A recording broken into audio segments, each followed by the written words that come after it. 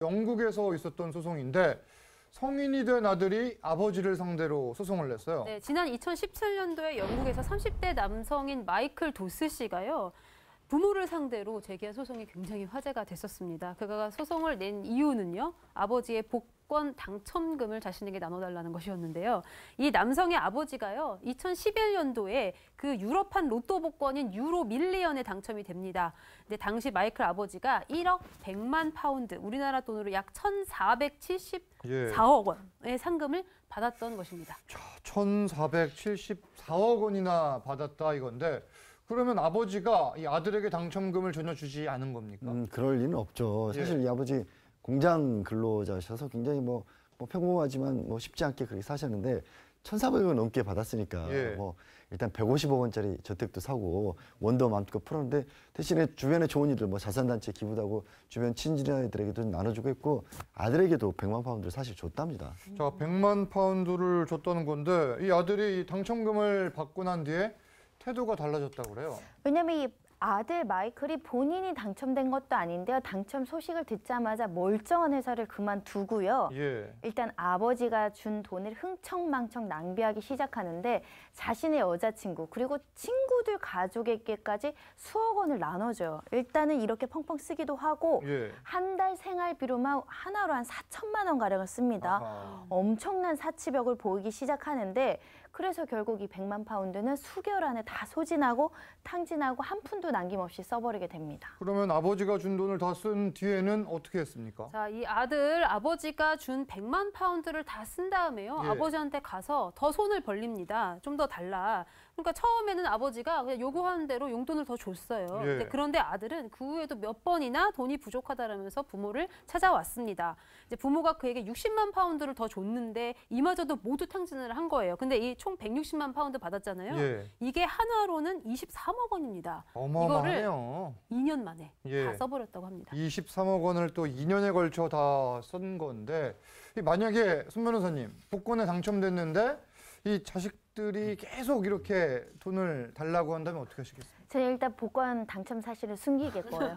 어쩔 수 없이 알게 됐다면 조금씩 나눠줘야죠. 왜냐하면 누구라도 경제관념이 확실하다라는 믿음이 있으면 모르겠지만 혹여라도 이렇게 일확천금으로 어떻게 보면 그 생활력이 약해질 수 있잖아요. 그러다 보니까 매달 조금 지원하는 건 모르겠는데 이렇게 거금을 줬다가 탕진하고 왔으면 호되게 혼을 냈겠죠. 손 변호사님 가정입니다만 관리를 잘할 자신이 있는 거잖아요. 저요? 저는 있습니다. 그렇죠.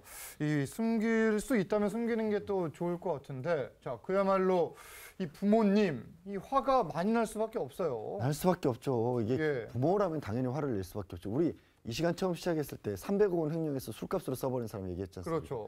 돈이라고 하는 게 모으긴 힘들어도 함부로 낭비하기 시작하면 얼마든지 이렇게 쓸 수가 있는 거 아니겠습니까? 그러니까 어느 날은 이제 용돈을 계속 더 달라고 하니까 이 어머니 의붓어머니지만 아니 이렇게 맨날 비싼 데만 가지 말고 평범한 식당 가서 밥 먹으면 되지 않느냐라는 얘기를 했고 또 아버지 역시도 상황을 보다 못해서 이젠 더 이상 용돈 줄 수가 없다라고 그렇게 못을 박은 겁니다. 자, 그런데 아들이 계속해서 돈을 요구한 이유가 이 부모가 했던 한 인터뷰 때문이라고 하는데 왜 인터뷰 내용 때문인지 이거 듣기만 해서는 잘 모르겠거든요. 네, 인터뷰 내용 중에요. 가족의 생계를 평생 책임지겠다라는 내용의 인터뷰가 있었다고 합니다. 이제 그거를 아들은요, 아버지가 돈이 떨어지면 채워주겠다. 이런 취지로 알아들은 겁니다.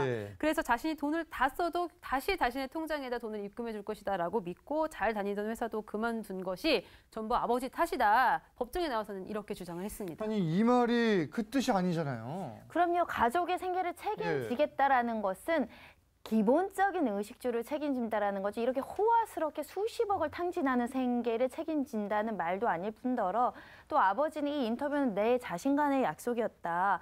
또 증여계약, 우리 민법상 증여계약은 말로 한 건 취소할 수 있거든요. 서면으로 약속한 바도 없기 때문에 아들에게 이게 수억 원의 그 지원을 할 의무는 현재 없습니다. 아들은 지금 보니까 이 어머니와도 잘 지내지 못한 것 같아요. 사실 이제 의붓어머니잖아요. 이제 자식이 아버지가 의붓어머니와 만날 때부터도 그다지 사이가 좋지는 않았는데 복권 당첨되고 나서는 더 안 좋아졌다고 그래요. 어느 날은 의붓어머니 생일날이었는데 딸랑 꽃 한 송이 들고 나타났답니다. 그러니까 왜 이거밖에 안 갖고 왔냐고 하니까 아니 지금 가질 만큼 충분히 가지신 분이 뭘 더 바라냐 식으로 얘기를 한 거예요. 사실 마음인데요. 그렇잖아요. 그러니까 자기는 그럼 뭐 100만 파운드, 160만 파운드 받아가 놓고 그래서 그것 때문에도 다투게 되는데 추정입니다만 아마도 아들은 그런 생각했을 것 같아요. 만약에 의붓어머니가 없었고 우리 아버지만 있었으면 내가 돈을 더 많이 받을 수 있었을 텐데. 그런 생각을 했을 수도 있겠네요. 자, 이 결국 소송으로 간 건데 어떻게 됐습니까? 자, 이 아들은 더 이상 용돈을 요구할 수 없게 되었습니다. 재판부가 아들의 소송을 기각했기 때문인데요.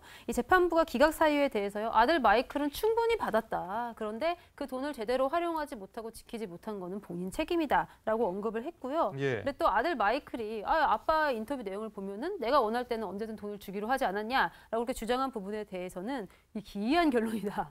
용납할 수 없다라고 이렇게 판결을 했습니다.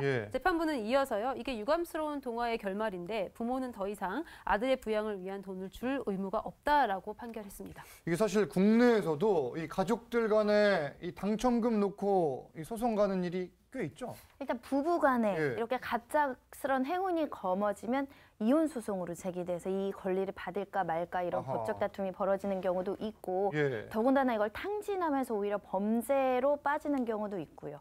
그리고 법률적으로 뭐 이렇게 분할 권리가 없는 가족들도 더 달라는 소송을 통해서 가정 불화가 야기되는 경우들도 봤습니다. 그래서 사실은 이게 통제력이 조금 상실될 수도 있고 내 주변에 내 가족이 이렇게 많은 돈 한꺼번에 벌면 일하고 싶지 않다. 성실하게 일하려는 그 생각이 떨어지는 경우가 있다라고 해서 이런 경우에는 오히려 불행해지는 것이 아닌가. 정말 그래서 적당히 벌고 적당히 쓰고 이런 관념하에 행운을 어떻게 하면 잘 관리할지를 평소에도 한번 계획하면서 살면은 나중에 이런 행운이 왔을 때 벌어질지 않을지는 모르겠지만 저는 이미 계획했습니다. 얼마를 벌면 어떻게 하겠다라는 미리 계획을 세워놓으셨어요? 어려운 사람들도 도와주고 낭비하지 않고 탕진할 수 있는 계획 그리고 선량한 계획 그리고 내 생활을 유지하면서 직장도 다니고요. 성실한 근로도 하면서 하는 것들을 생각해야 될 것 같습니다. 저도 뭐 로또는 사지 않는데 일단 계획은 한번 세워놔야겠네요.